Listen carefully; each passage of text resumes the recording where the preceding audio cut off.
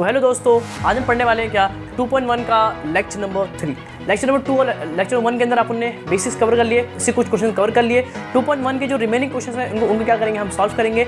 4-5 question हैं, इनको solve करेंगे। बहुत सिंपल सी एक्सरसाइज है, बहुत मजा भी आ रहा होगा आपको पता है थ्योरम के अंदर कि कोई दिक्कत नहीं है। सबसे वन ऑफ द ईजिएस्ट आपने देखा होगा कि वन ऑफ द ईजिएस्ट और छोटा चैप्टर क्या आपका पाइथागोरस है। बहुत सिंपल चीज़ है, बेसिक मैंने आपको सब बता दिया। क्वेश्चन सब मजा आ रहा होगा करने में। आज हम करेंगे 2.1 के आगे के क्वेश्चन। एक चीज़ बताऊंगा, वो नोट करते रहेंगे, क्वेश्चन सॉल्व करेंगे, एकदम मजा क्या एकदम फील आएगा, एकदम मजा आएगा, कोई दिक्कत नहीं होगी।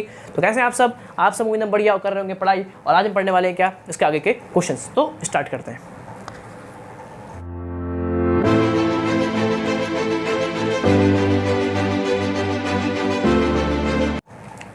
जो क्वेश्चन नंबर जो 5th है वो बहुत सिंपल क्वेश्चन है, आपको मालूम होगा। देखो ये इस तरह से क्वेश्चन आता है बोर्ड के अंदर, आपको उसको हल्के में नहीं लेना है। इस तरह से क्वेश्चन आपको पेपर में दिख सकता है। देखो ये एंगल कितना है, 90 है। हाँ सर हो गया। ये दोनों बराबर हैं। देखो पूरा एंगल कितना होता है, 180 होता है। 180 में से 90 निकल गया, बचा कितना, 90 बचा। अब ये दो मिला के 90 होंगे कि नहीं होंगे। और ये इसके बराबर दिया हुआ है, ये इसके बराबर है। ये अपने को गिवन है कि ए बी जो है वो बी सी के बराबर है। जब साइड्स बराबर हैं तो उनके जो अपोजिट एंगल वो भी क्या होंगे, बराबर होंगे। क्या होंगे, बराबर होंगे। मतलब ये अगर x होगा तो ये भी कितना होगा आपका x होगा। ये 20 तो ये भी 20, ये 30 तो ये भी 30। एंगल क्या होंगे, बराबर होंगे। तो निकालते कि एंगल कितना होगा। आपको मालूम है सम कितना होता है इनका, सम ऑफ एंगल कितना होता है ट्रायंगल का, 180 होता है। 180 होता है। ए को मान लिया मैंने x, बी को मान लिया मैंने 90, सी को मान लिया मैंने x इज इक्वल टू 180। दोनों बराबर होंगे, मैंने x मान लिया। तो 180 माइनस 90 कितना हो गया, ये 90 हो गया। और x और x कितना हो गया, 2x हो गया। 2 1 जा 45 आएगा ना। x कितना आ गया आपका 45, कितना आ गया 45 आ गया। मतलब ये एंगल भी आपका 45 है और ये एंगल भी आपका सिंपली कितना है 45 है। और आपको मालूम भी है कि एंगल 45 ही होगा क्योंकि 90 और ये दोनों मिला के 90 होंगे। चूंकि दोनों सेम हैं तो एंगल से देखो ये दोनों साइड बराबर, एंगल सेम होने चाहिए। तो 90 को तोड़ोगे दो पार्ट के अंदर, एक आएगा 45, एक आएगा 45। वैसे आप सॉल्व कर सकते थे। इसको करने की जरूरत नहीं, इसे आप समझ लीजिए कि 45 कैसे आया। ये 45 और ये भी कितना आपका 45 है। अब आपको ये क्या 45 45 90 का ट्रायंगल क्या बन गया, ये 45 45 90 का ट्रायंगल बन गया। मतलब यहाँ पे लगेगा 45 45 90 का थ्योरम लगेगा। उसमें क्या देखो ए बी और बी सी बराबर है, बाजू में क्या लिखेंगे, गिवन। क्या ये सिंपली आपको गिवन है। हो गया सर। एंगल ऑफ बी ए सी कितना है, बी ए एंगल कितना है 45, कितना है 45 है। हो गया सर। और आपको मालूम है ये क्या लिखा हुआ है सर, और आपको मालूम होगा ये चीज़ बहुत सिंपल चीज़, ए बी सी एंगल 90 है, ये 45 है और ये कितना है 45 है। तो आपको मालूम है कि इसके अपोजिट क्या है, बी सी, इसके अपोजिट क्या है, ए सी। ये दोनों इक्वल होंगे। हाँ सर, क्योंकि एंगल सेम है तो उनके अपोजिट साइड भी क्या होंगे, इक्वल होंगे। और ये जो दोनों होंगे ये होंगे 1/√2 ऑफ हाइपोथिनस। ये भी आपको मालूम होगा 45 45 90 का जो थ्योरम यही तो है कि ये दोनों बराबर होंगे, वो होंगे क्या 1/√2 ऑफ हाइपोथिनस। देखो तो ये दोनों बराबर होंगे और कितना होंगे 1/√2 ऑफ हाइपोथिनस। समझ गया सर, सॉल्व हो गया। देखो 1/√2 और आपका ये देकर रखा है √8। ये आपको √8 क्या गिवन है, √8 क्या आपको गिवन है। समझ गए। आपको मालूम है कि आप √8 को लिख सकते हो क्या 4 2 जा 8, 4 2 जा 8 होता है। हाँ सर, तो ये हो गया 1/2। 4 का बन जाएगा 2 और रूट बचेगा सिर्फ √2 के अंदर। √4 कितना हो गया 2 हो गया और √2 बचा। √2 से √2 कैंसिल, आंसर कितना आ गया आपका, सिंपली 2 आ गया। खत्म हो गया, सॉल्व हो गया आपका answer. A B is equal to B C and is equal to what 2। Solve हो गया आपका आंसर। इसको नोट कर लेंगे, फिर अपन करते हैं इसके आगे के क्वेश्चन। सिंपल है ना, ये इंपॉर्टेंट है, बोर्ड में कई मरतबा यह आ चुका है और आने के चांसेस बहुत ज़्यादा है इसको क्वेश्चन आने के। इसको नोट कर लेंगे, मैं करता हूँ उसके आगे के क्वेश्चन। क्वेश्चन नंबर जो 6 है वो भी इंपॉर्टेंट क्वेश्चन है, बहुत सिंपल क्या है क्वेश्चन है। क्वेश्चन नंबर 6 पढ़ेंगे, बहुत सिंपल क्वेश्चन है। Find the side and parameter of a square whose diagonal is 10 centimetre. बहुत इसको लगा देंगे इंपॉर्टेंट क्वेश्चन, ये हैशटैग इंपॉर्टेंट क्वेश्चन है, बहुत बार ये बोर्ड के अंदर आ चुका है। देखो find the side and parameter of square whose diagonal is इतना। स्क्वायर मालूम, स्क्वायर क्या होता है, स्क्वायर वो होता है जिसके 4 साइड क्या होते हैं, इक्वल। क्या होते हैं, इक्वल होते हैं। स्क्वायर क्या होता है, जिसके साइड्स क्या होते हैं, सबके सब इक्वल होते हैं। मतलब ये 2 होगा तो ये सब 2 होंगे, ये 4 तो ये सब 4 होंगे। साइड्स क्या होते हैं, इक्वल होते हैं। ये और डायगोनल्स देकर रखा है, हुज डायगोनल, मतलब इसका जो डायगोनल है वो कितना है आपको 10, कितना है आपको सिंपली 10 है। समझ गए, 10 क्या सिंपली इसका डायगोनल है। बोला कि साइड और पैरामीटर कितना होगा, क्या करना है, सिंपली आपको मालूम करना है। कर लेंगे क्वेश्चन। देखो मान लो ये ए है, ये बी है, ये सी और ये क्या सिंपली आपका डी है। आपको पैरामीटर देके रखा है, आपको पैरामीटर देके रखा है। इसको करने के दो तरीके, फॉर्मूला लगा लो या सिंपली पाइथागोरस थ्योरम लगाइए, क्वेश्चन क्या होता है सॉल्व होता है। अप्लाई पाइथागोरस थ्योरम तो भी आपका आंसर आ जाएगा। समझ गए, आपको मालूम होगा ना फॉर्मूले से सॉल्व होता है और पाइथागोरस थ्योरम से भी क्या होता है सॉल्व होता है। देखो ये x होगा तो ये भी कितना होगा, x होगा ना। ये x होगा तो ये भी कितना होगा, x होगा, सेम होता है ना। और ये देखो ये एंगल कितना है 90 है। तो इसमें क्या लग गया, देखो ये क्या है, एक राइट एंगल ट्राइंगल है, apply Pythagoras theorem, apply Pythagoras theorem, तो भी आपको आंसर मिल जाएगा, आपको x मिल जाएगा। देखो let x be the side, let x be the side of square, side of क्या है, स्क्वायर है, समझ गए। तो अप्लाई कर दो क्या पाइथागोरस थ्योरम इन ट्राइंगल, क्या कर दो, in triangle A B C, in triangle A B C क्या कर दो, अप्लाई कर दो पाइथागोरस थ्योरम। तो क्या होगा, ए सी का स्क्वायर होगा, क्या होगा, ए सी का स्क्वायर होगा is equal to A B का स्क्वायर प्लस बी सी का स्क्वायर। दिख गया, देख लो, यहाँ लिख देना कि ए बी सी डी एक क्या है, यहाँ लिख देना square of A B C D, ये क्या एक स्क्वायर है, समझ गए। तो यहाँ अप्लाई कर दो पाइथागोरस थ्योरम तो हो जाएगा। और आपको ए सी कितना 10 है तो 10 का स्क्वायर हो गया is equal to A B कितना आपको x है तो x स्क्वायर, बी सी भी कितना आपको x है तो वो हो गया x स्क्वायर, क्योंकि साइड में सबके सब बराबर होते हैं, ये भी x होगा, ये भी x होगा, क्योंकि सबके सब क्या होते हैं, इक्वल होते हैं।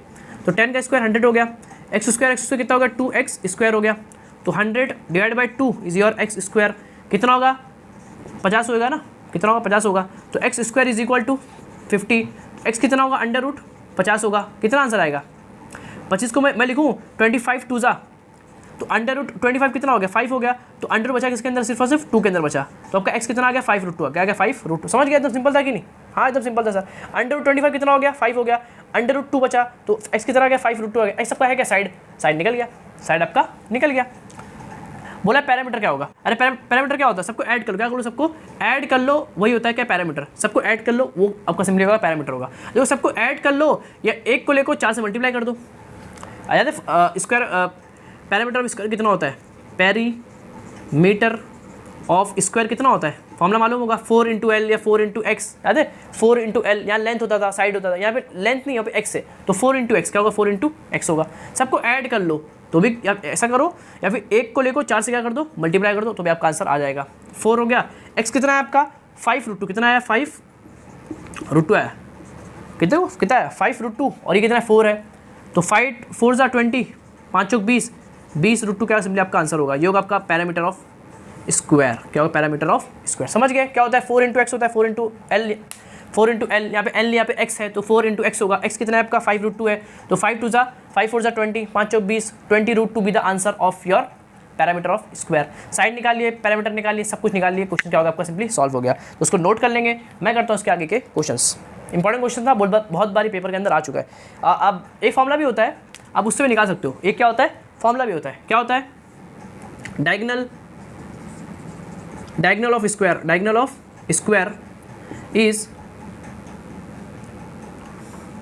साइड रूट 2, क्या होता है साइड रूट 2, ये फॉर्मूला भी होता है, आप इससे भी निकाल सकते हो, ये क्या होता है फॉर्मूला भी होता है। The diagonal of square is side root 2, क्या होता है साइड रूट 2 होता है। देखो डायगोनल ऑफ स्क्वायर कितना दे के रखा है 10 दे के रखा है, diagonal of square is equal to side और ये रूट 2, तो रूट 2 को भेज दो नीचे, तो बचा साइड अब देखो रूट 2 कभी नीचे नहीं होना चाहिए, तो क्या करेंगे रूट 2 से मल्टीप्लाई और डिवाइड कर देंगे, क्या करेंगे रूट 2 से मल्टीप्लाई और डिवाइड कर देंगे, तो देखो क्या होगा, ये ऊपर हो गया 10 रूट 2 और रूट 2 क्या होगा रूट 2 द होल स्क्वायर, देखो रूट 2 क्या हो गया रूट 2 द होल स्क्वायर हो गया, स्क्वायर रूट क्या होते हैं कभी कैंसिल होते हैं, तो बचा कितना 10 रूट 2 और नीचे बचा 2 1 ज़ा 2 5 ज़ा, आंसर कितना आया 5 root 2 be the your side, 5 root 2 क्या आपका साइड है, देखो आंसर क्या है 5 root 2 be the your side. तो आप फॉर्मूला लगा सकते हो diagonal of square is what side root 2, कितना होता है साइड रूट 2 होता है, फॉर्मूला लगा सकते हो, वरना आप ऐसे सॉल्व कर सकते हो, जैसी मर्जी आप वैसे सॉल्व कर सकते हो। इंपॉर्टेंट क्वेश्चन है, नोट कर लेंगे, बहुत बार पेपर के अंदर जा चुका है। मैं करता हूँ उसके आगे के क्वेश्चंस। क्वेश्चन नंबर जो 7 है, ये भी इंपॉर्टेंट क्वेश्चन है, बहुत इंपॉर्टेंट क्वेश्चन है, क्वेश्चन नंबर 7। इसको सॉल्व करेंगे, दिख रहा है आपको काफ़ी बड़ा क्वेश्चन, बहुत सारी चीज़ें पूछा, ये 3 नंबर के लिए आपको बोर्ड के अंदर आ सकता है, और चांसेस भी होते हैं कई बार ये पेपर में आपको दिख भी जाता है बहुत सिंपल। देखो क्या इन फिगर एक डायग्राम देख रखा है, DFE ये एंगल कितना है 90 है, and it is a perpendicular to the EF। Sir ये कुछ होता है, क्या होता है याद है, एक परपेंडिकुलर से ये देखो, ये परपेंडिकुलर, एक परपेंडिकुलर से एक और परपेंडिकुलर, सर ये तो ज्योमेट्रिक मीन है, बस ये क्या आपको सिंपली ज्योमेट्रिक मीन है, क्या ये ज्योमेट्रिक मीन है, मतलब वो लगेगा। GD देकर रखा है आपको ये 8 और ये देकर रखा है आपको 12, बोला है कि EG FD EF ये सब क्या करना है आपको निकालना है, 3 नंबर का क्वेश्चन आता है, बहुत सिंपल है, बड़ा क्वेश्चन है लेकिन सिंपल क्वेश्चन है। देखो आप एक चीज़ देख लिए कि ये परपेंडिकुलर से एक और परपेंडिकुलर, एक परपेंडिकुलर से एक और परपेंडिकुलर, ये क्या आपका ज्योमेट्रिक मीन है, ये डिवाइड करेगा इसको DG इंटू G के अंदर, एक दिख गया सर, हम लोग क्वेश्चन देखते समझ गए कि यहाँ लगेगा ज्योमेट्रिक मीन। क्वेश्चन सॉल्व करो ज्योमेट्रिक मीन लगा के, आपका आंसर सिंपली सब आते रहेगा। समझ रहे हो, एकदम सिंपल है। अप्लाई करेंगे ज्योमेट्रिक मीन, इसको देखा मैंने, बोला ये ज्योमेट्रिक मीन है, उसको क्या करेंगे, सॉल्व करेंगे। देखो सॉल्व करते हैं इसको अपन, बहुत सिंपल है। देखो इन ट्राइंगल DEF ना, in triangle DEF geometric mean condition क्या है, एक तो होना चाहिए एंगल 90 जो दिख भी रहा है, एंगल F कितना है 90। सेकंड एक कंडीशन होना चाहिए, किसी पर क्या होना चाहिए, परपेंडिकुलर होना चाहिए, दिख भी रहा है कि FG पर क्या है, वो ED पे क्या है, FG परपेंडिकुलर है। Condition for what, geometric mean. समझ गए, अप्लाई ज्योमेट्रिक मीन, तो ये होगा ज्योमेट्रिक मीन FG, क्या होगा FG का square is equal to, FG क्या करेगा, डिवाइड करेगा इसको DG इंटू GE के अंदर। क्या किया मैंने, अप्लाई ज्योमेट्रिक मीन, सब लिख लेंगे, अप्लाई ज्योमेट्रिक मीन अप्लाई कर दिया। तो FG कितना है आपको, देखो FG 12 कितना है, वो 12 है, तो 12 का स्क्वायर हो गया इज इक्वल टू DG कितना है, DG देख रखा है क्या, 8 कितना है, वो 8 है, DG कितना आपका 8 है, इंटू GE।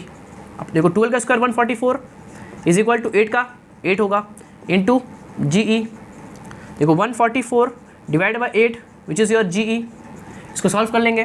4 का देखिए, 4 का टेबल दिख रहा है, 4 दूनी 8, 4 तिया 12 13 14, 4 छंग 24, 6 छंग 24, तो कितना होगा, और 2 1 18 कितना आएगा, 18 आएगा ना, 2 1 2 1 2 8 बाजू में 2 8 मतलब कितना आएगा 18।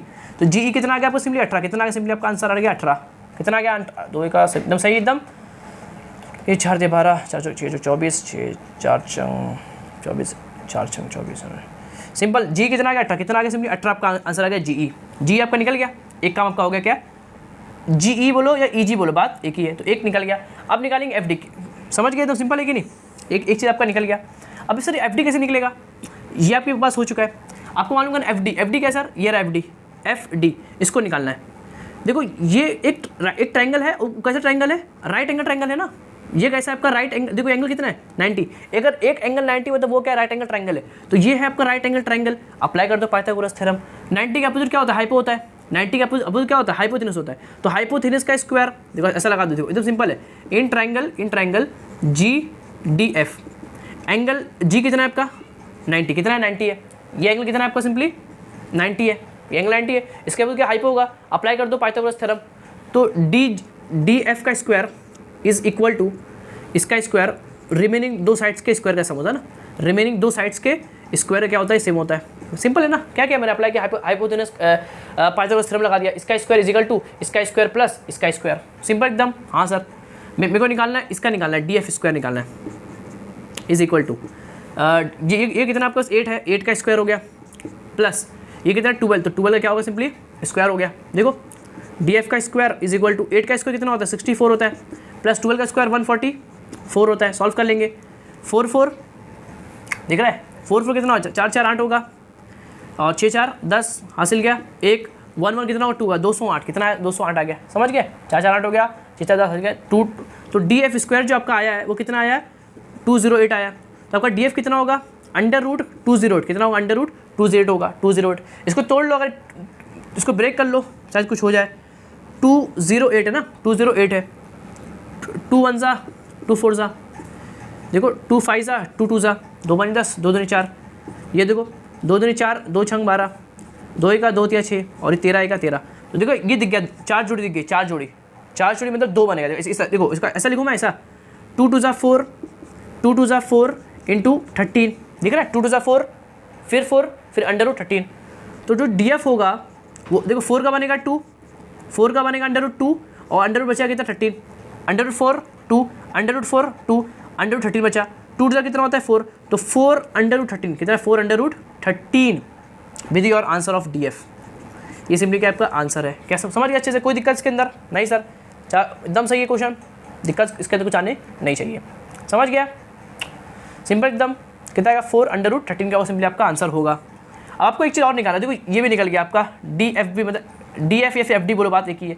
अब निकालना EF, क्या निकालना EF निकालना है, EF मतलब E और F। देखो ये 90 है, ये क्या होगा सिंपली आपका हाइपो होगा, तो इसका स्क्वायर, जैसे इसको सॉल्व किया ना वैसे इसको करेंगे, इसका स्क्वायर इज इक्वल टू इसका स्क्वायर प्लस इसका स्क्वायर, और आपका सिंपली आंसर आ जाएगा। उसको क्या करेंगे आप सॉल्व करेंगे, मैंने 2 सॉल्व कर दिया, इसको आप निकालेंगे, कुछ नहीं करना है, अप्लाई करना है पाइथागोरस थ्योरम, जैसे इसको सॉल्व किया वैसे एक्जैक्टली सॉल्व करेंगे, इसका स्क्वायर इज इक्वल टू इसका प्लस इसका स्क्वायर, आपका आंसर सिंपली आ जाएगा, समझ गए। यहाँ पे कितना 18 है, कितना 18 है, 18 और 12 को कर लो, आपका आंसर आ जाएगा। 12 का स्क्वायर 144, 18 का करो 324 है, ऐड करो, अंडर रूट करेंगे, उसका आंसर आ जाएगा। आप उसको करेंगे होमवर्क और करेंगे कमेंट। ये आपके ये क्वेश्चन क्या होगा, सिंपली आपका सॉल्व होगा। ये इंपॉर्टेंट बड़ा क्वेश्चन था, 3 नंबर के लिए आता है, बड़ा क्वेश्चन था। अब मैंने क्या कर दिया, उसको सॉल्व कर दिया। सिंपल था कि नहीं, एकदम सिंपल था। मैंने अप्लाई किया ज्योमेट्रिक मीन, एक बार लगा पाइथागोरस थ्योरम, क्वेश्चन क्या हो गया, सॉल्व हो गया। तो ये रहा आपका क्वेश्चन नंबर 7। अब करेंगे क्वेश्चन नंबर 8। कोई दिक्कत हो रही है अभी तक, नहीं हो रही है ना, तो करते हैं क्वेश्चन नंबर 8। इसको कर लेंगे नोट, फिर करते हैं अपने आगे के क्वेश्चंस। क्वेश्चन नंबर जो 8 है वो भी क्वेश्चन नंबर 6 जैसा एकदम सेम क्वेश्चन है, मजेदार क्वेश्चन है और इंपॉर्टेंट क्वेश्चन भी है। मतलब सिंपल क्वेश्चन एक तरह का। Find the diagonal of a rectangle whose length and breadth is इतना। लेंथ और ब्रेथ देकर रखा है, बोला कि डायगोनल कितना होगा, सॉल्व करेंगे। एकदम सिंपल है, डरने की जरूरत नहीं है। देखो फाइंड द डायगोनल, अच्छा डायगोनल मालूम करना है, diagonal of a rectangle, simple है। देखो रेक्टेंगल क्या होता है आपको मालूम होगा इतना तो। रेक्टेंगल क्या होता है, जिसके अपोजिट साइड क्या होते हैं, बराबर होते हैं, दैट्स को रेक्टेंगल। मतलब ये इसके बराबर है और ये इसके क्या है, बराबर है। रेक्टेंगल क्या होता है, जिसके अपोजिट साइड्स क्या होते हैं, इक्वल होते हैं, बराबर होते हैं। जिनके अपोजिट साइड्स क्या होते हैं, इक्वल और बराबर होते हैं, मालूम है। लेंथ और ब्रेथ आपको देकर रखा है, कितना लेंथ और ब्रेथ आपको देकर रखा है, समझ रहे हो। लेंथ देकर रखा है आपको 35 और ब्रेथ देकर रखा है आपको 12। बोला है कि ये निकालो, मतलब डायगोनल निकालो। क्या निकालो, डायगोनल निकालो। आपको दिख रहा है कि इसके अंदर ये एंगल कितना है, 90 है। मतलब ये एक राइट एंगल ट्रायंगल है। ये क्या, एक राइट एंगल ट्रायंगल है। We can apply Pythagoras theorem. ये क्या, एक राइट एंगल ट्रायंगल है, we can apply Pythagoras theorem. तो इसका स्क्वायर इज इक्वल टू इसका प्लस इसका स्क्वायर। ये क्या हाइपो है ना, 90 का अपोजिट हाइपो, तो इसका स्क्वायर इज इक्वल टू इसका प्लस इसका स्क्वायर। आप ये निकाल सकते हो बाय यूजिंग बाय यूजिंग और पाइथागोरस थ्योरम। सिंपल है ना। इसका स्क्वायर इज इक्वल टू इसका स्क्वायर इसका स्क्वायर। ये दोनों स्क्वायर करोगे ये निकल जाएगा, ये है का डायगोनल, क्वेश्चन आपका सॉल्व हो जाएगा। तो सॉल्व करेंगे। मान लो ABC क्या आपका, ये ABC एक रेक्टेंगल है। ABCD is a rectangle. Let assume, let ABCD is the rectangle, is the rectangle. ये क्या एक रेक्टेंगल है, इज अ रेक्टेंगल, समझ गए। ABC क्या एक रेक्टेंगल है। इन ट्रायंगल लगाएंगे, in triangle what ABC, in triangle ABC। AB आपको देकर रखा है कितना, 35 और B से आपको देकर रखा है 12। बोल रहा है कि AC कितना होगा, लगा देंगे सिंपली पाइथागोरस थ्योरम। तो कितना होगा, अप्लाई पाइथागोरस थ्योरम, अप्लाई कर दो यहाँ पे, अप्लाई सिंपल है एकदम, कोई लफड़ा नहीं। Apply Pythagoras theorem, apply Pythagoras theorem. तो क्या होगा, AC का square is equal to AB का स्क्वायर प्लस BC का स्क्वायर। देखो AC स्क्वायर मालूम करना है, एकदम सिंपल क्वेश्चन है यार। आपका AB कितना है, 35 का स्क्वायर कर देंगे। BC कितना है आपका 12, तो 12 का क्या होगा, स्क्वायर हो गया। क्वेश्चन सॉल्व कर लो। 35 का स्क्वायर कितना होता है, 35 का स्क्वायर कितना होता है, 2125। कितना होता है, 2125। कितना होता है इसका आंसर, नहीं 1225। कितना होता है, 1225 होता है। 1225 कितना होता है, 1225 होता है।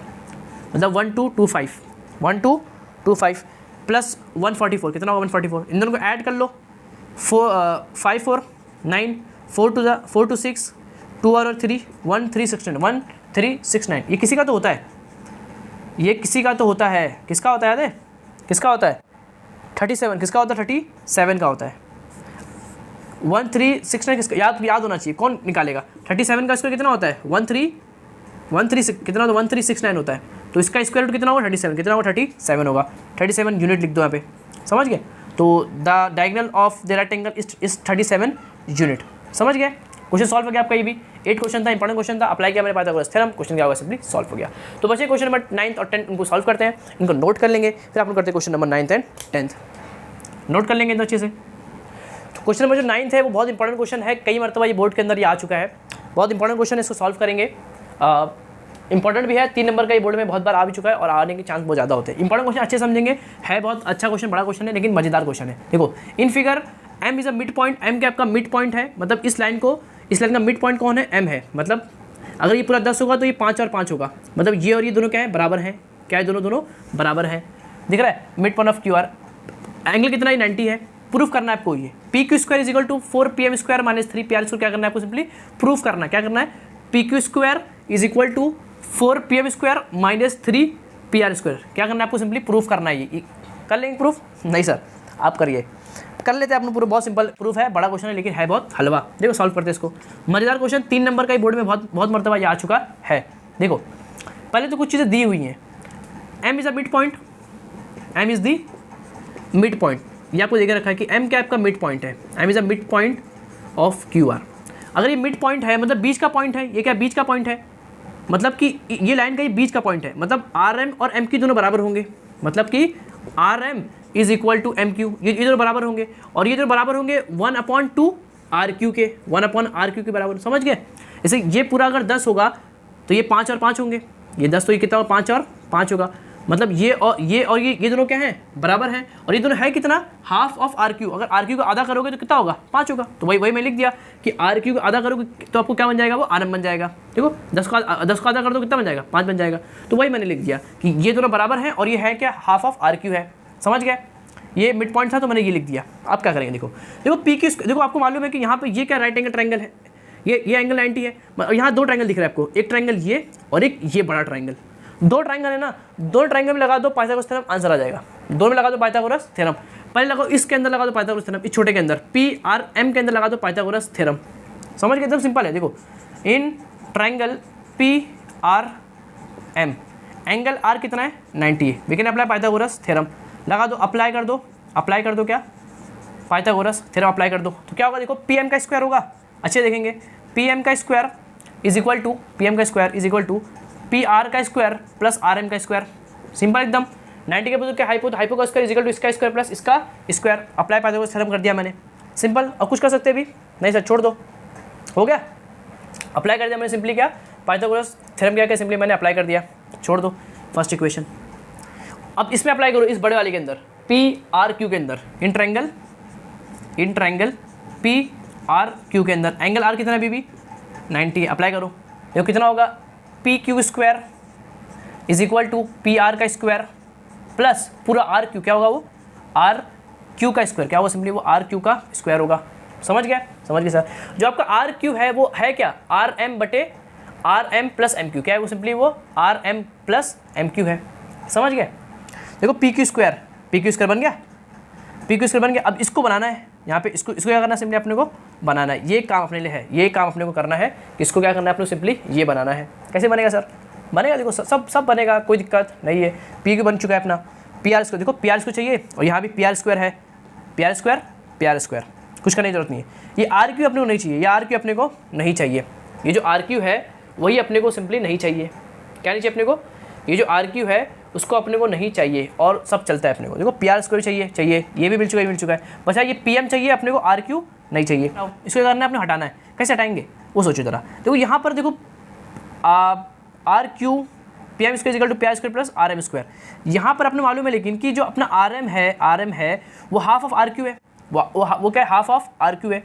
जो अपना RM है वो कितना है, हाफ ऑफ RQ, उसको यहाँ पे पुट करो जरा, तो कुछ चीज़ आपको समझ में आएगी। देखो इसको मैं यहाँ लिखता हूँ, देखो PM square is equal to PR square plus RM का स्क्वायर, RM आपका कितना है, हाफ ऑफ RQ, कितना है वो, हाफ ऑफ RQ है, तो उसका स्क्वायर हो गया, समझ गए। तो ये कितना होगा, देखो ये होगा PM square is equal to PR का स्क्वायर प्लस 1/4 RQ का स्क्वायर, इतना हो गया, ये आपका इतना हो गया।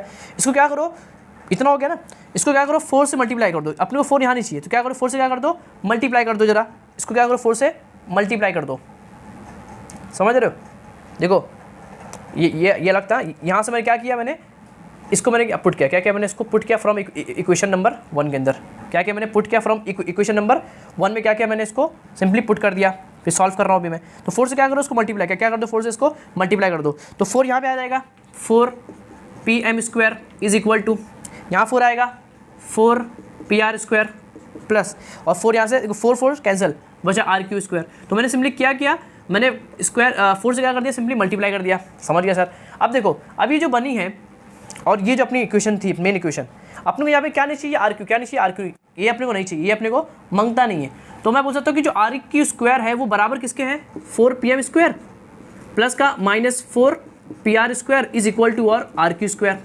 तो जो RQ स्क्वायर उसके बदले मैं ये लिख सकता हूँ, तो जहाँ RQ स्क्वायर है वहाँ पे ये लिख दो, तो आपका RQ स्क्वायर गायब हो गया, और आपको PM और PR तो आपको चाहिए, PM और PR आपको तो चाहिए। तो जहाँ पर आपका ये RQ स्क्वायर है, ये जो RQ जो स्क्वायर है, वहाँ पर आप इसको पुट कर दो, आपकी जो तकलीफ है वो हट जाएगी, पुट कर दो उसको जरा। देखो तो आप देखो PQ square is equal to PR का स्क्वायर प्लस RQ का स्क्वायर, वो है कितना, इतना, तो उसको पुट कर दो, PM का स्क्वायर -4 PR का स्क्वायर, इसको कुछ बोल दो, इसको बोल दो A फ्रॉम A, समझे, फ्रॉम A। मैंने इसके बदले RQ ये पुट कर दिया मैंने, अब सॉल्व करो, आपका आंसर आ गया। देखो P Q square is equal to P R का स्क्वायर प्लस ये क्या आपका 4 पी एम का स्क्वायर माइनस 4 पी आर का स्क्वायर।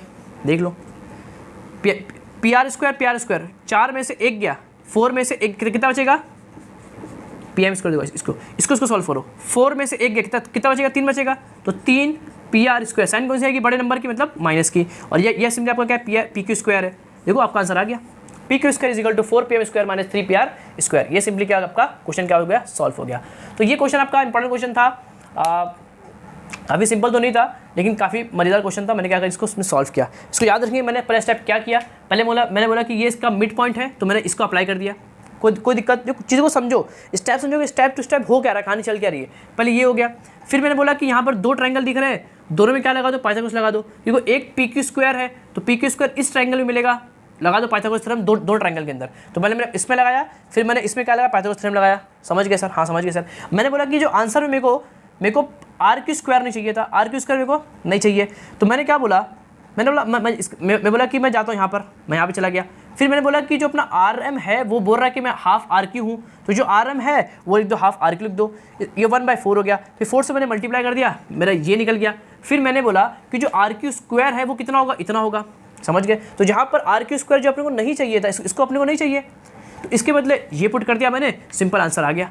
समझ गए, एकदम दिक्कत कुछ नहीं, एक स्टेप समझ में आया होगा, आई होप। तो ये आपका क्वेश्चन नंबर 9।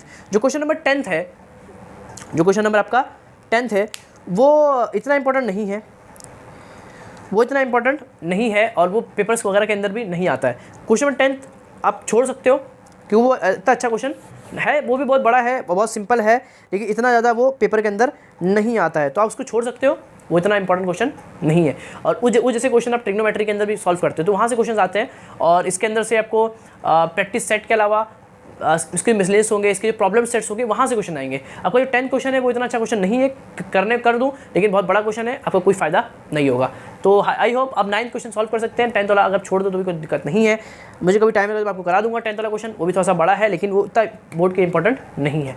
तो ये इसके 2.1 के पूरे क्वेश्चन क्या हो गए, सॉल्व हो गए, एकदम मजा आया होगा। ये सब के सब क्वेश्चन इंपॉर्टेंट है, बोर्ड में कई मरतबा ये सभी क्वेश्चन आते हैं। 3 नंबर का बहुत बार पेपर में आ चुका है, इसको अच्छे से सॉल्व करेंगे, पढ़ाई करते रहेंगे, कुछ डाउट कमेंट करेंगे, मैं करता हूँ इसके 2.2 के क्वेश्चन क्या करेंगे, हम सॉल्व करेंगे। शायद वो इस साल नहीं है, लेकिन अपन क्या करेंगे, फिर भी इसको सॉल्व करेंगे। तो पढ़ाई करते रहें, ऑल द बेस्ट।